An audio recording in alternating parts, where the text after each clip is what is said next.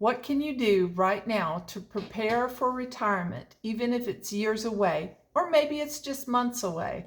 I'm going to tell you 9 of those things in this video. Hi, I'm Lydia, and I'm getting ready to retire in a couple of years. I plan on being a budget slow traveler, and I'll be doing it solo, as far as I know. Um, and I know there's a lot of us in retirement who are doing it solo. This is not financial advice. I am not a financial advisor. This is just simple, practical advice anyone can use. So here are the 9 things. So my first tip is get organized. I like to start a project organized.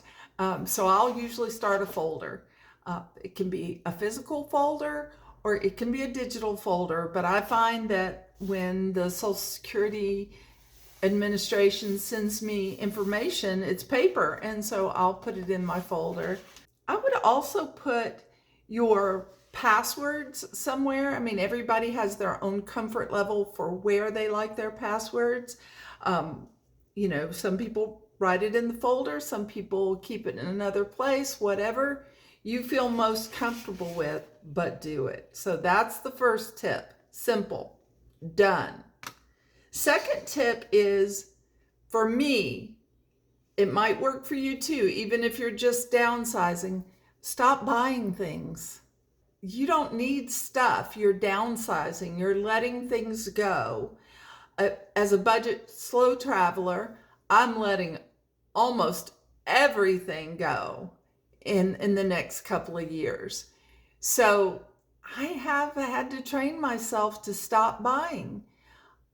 I was in the mode of mom, buying everything that we needed and feeling, it gives you a good feeling. It's like, oh, I have all the resources I need to do the things that we're trying to do.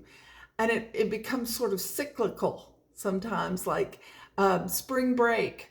I was looking to go buy everybody swimsuits. Well, I don't need to do that anymore. I've got to shift my habits and just think about what I need and buy as little of that as I can over the next couple of years.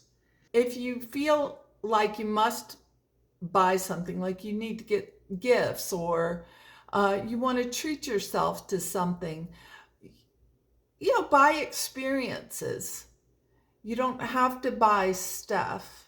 You're just going to have to pack it up or give it away or sell it. Or number 3 is purge your possessions.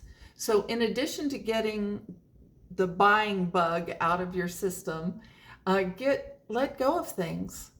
Let it go. You are not going to need it if you downsize or if you travel. You're just not going to need it. So it takes a bit of adjustment. But there's a great book, and I'm sure many of you have heard of it, called The Gentle Art of Swedish Death Cleaning. It's by Margareta Mannesson, I think you pronounce her name. And it's about how to do that process. It's good to let things go periodically. You can start letting it go years ahead. My personal plan is to give it to my kids. They get first choice of everything. And then my birth family members, and then friends, and then what's left, which will be a lot of stuff, will go to charity, because people just don't want my stuff. It's important to me because for different reasons, sentimental or practical use or whatever, but I don't think anybody really wants all this stuff. Number 4 is maintain yourself. There is nothing I'm going to tell you in this video that is more important than number 4. Maintain yourself. By that I mean physically and mentally. We'll talk about the financial in a minute, but physically, you need to go to the doctor and stay up on your exams. Stay current on your medication. Report any symptoms of anything you're having. Get their information, the information they give you, and use it. Don't just ignore, la, la, la, it's not happening. That will not serve you well. So it's better to know the reality of what you're dealing with and then deal with it. Also, good nutrition. You need to have good nutrition. You need to be moving your body, doing something you love to do. Muscle maintenance is important in building that muscle mass. Keep that going. That's something I could do more on. Oh, and flexibility. The other area of your health that I want you to think about is your mental health. So keep up your friendships. Have dinner with your friends. Another way to have friends is your faith community, small groups in your faith community. That can keep you connected socially. And social connection is super important. You can also, if you need it, get therapy. Therapy can be an excellent tool. Also, meditating and mindfulness. Meditation can help you in so many ways. De-stress, bring your blood pressure down, your heart rate. It's just a great tool to have in your tool belt. Number 5 is maintain your home. So you want to keep your home nice for yourself while you're there for these next couple of years. You want it to be comfortable for you. You want things to be functional. You want it aesthetically pleasing. And also, when you go to resell it, for whatever reason, whether you're downsizing or traveling, you want to be able to disclose it in good faith. Get a grip on your financial picture. I'm not going to tell you, invest here, da da da. No, I'm not a financial advisor. But I will say that you personally need to know what your personal situation is. So you need to find that out. I'm an American. I'm sure you could tell by my accent. I'm actually in Georgia, so I'm in the southern United States. I'm from Georgia. My accent will come out sometimes. So I'm going to give you American specific things you can do in this financial picture.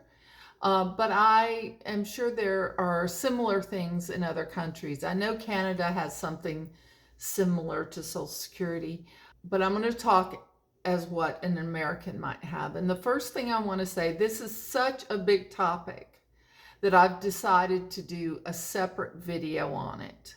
But you need to get a snapshot of everything that you have. So Americans, we do pretty well. I know sometimes we feel like we can't afford much. Stay open-minded to what you might be able to afford in retirement.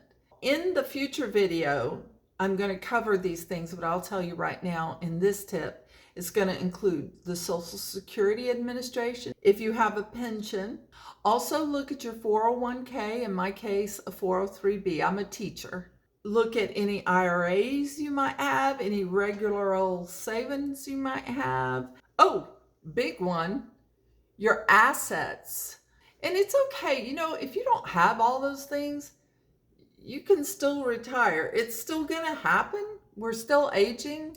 We just can't always hit those marks that sometimes the financial advisors tell us we need to hit, but we can still live pretty well. So we'll go over that in another video. Number 7, decide whether or not you need a retirement job. Hopefully it's just a part-time retirement job, but you might need a full-time one. Everybody has a different situation and there's just no shame in it. If you need to work as long as you can possibly work, just get that picture in mind. But it wasn't until I got all those things and thought differently with, slow travel that I was like, wait, I could do that. So if you do need to work in retirement, full-time or part-time, you can prep now. So you could be a digital content creator. You could be a digital nomad of some other kind. You could do remote job. You could do part-time local work or full-time local work, but kind of start thinking about what that might be for you, what you would enjoy. And a lot of people like the structure of a job, even in retirement. So give it some thought.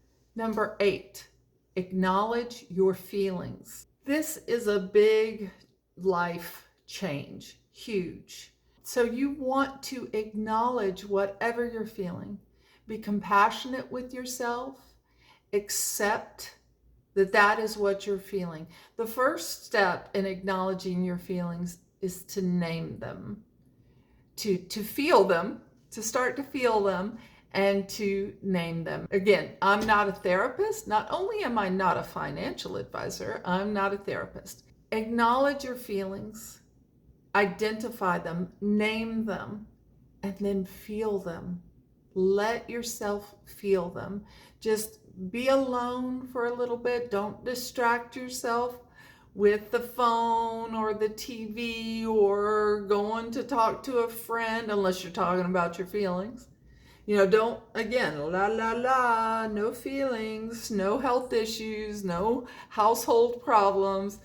Acknowledge them, feel them.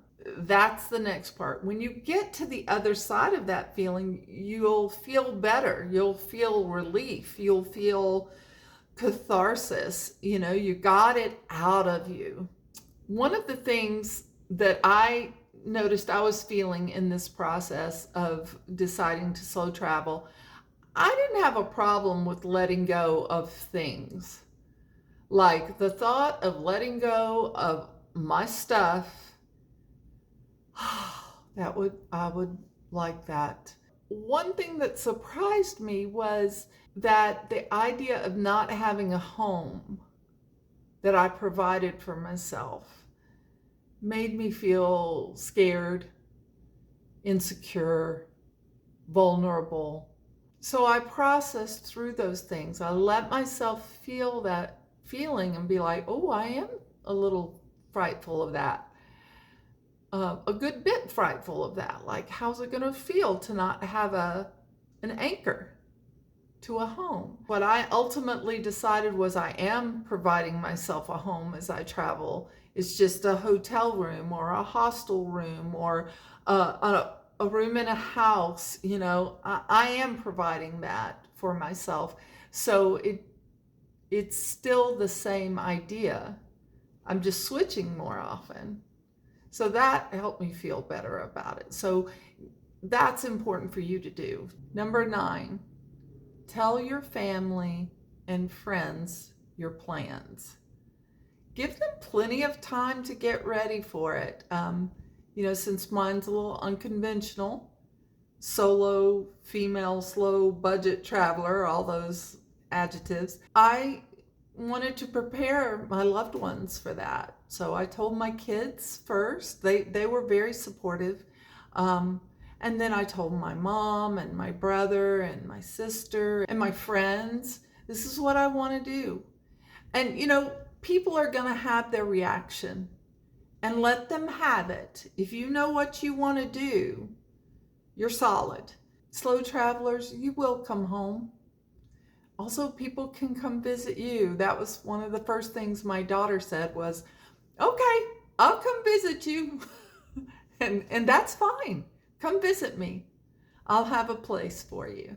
So you can reassure them if they're fearful they won't see you as much, that you'll be home and they can come see you. And hopefully the quality will be higher because you know how precious it is. Those are the 9 things you can do now to get ready for retirement. Try not to get overwhelmed with the list. Do what you can when you can. If you thought of something that we can do early before retirement is actually here, please leave it in the comments below, or something you've already done yourself. I also want to thank you for spending some time here today. I really appreciate it. If you like the content and you want to subscribe, please do. Or if you just want to help me out with my YouTube channel, I would really appreciate it. If you want me to cover a specific topic, please leave that in the comments below. This was my second video. If you want to watch my first video, please check it out. And I will see you in the next video.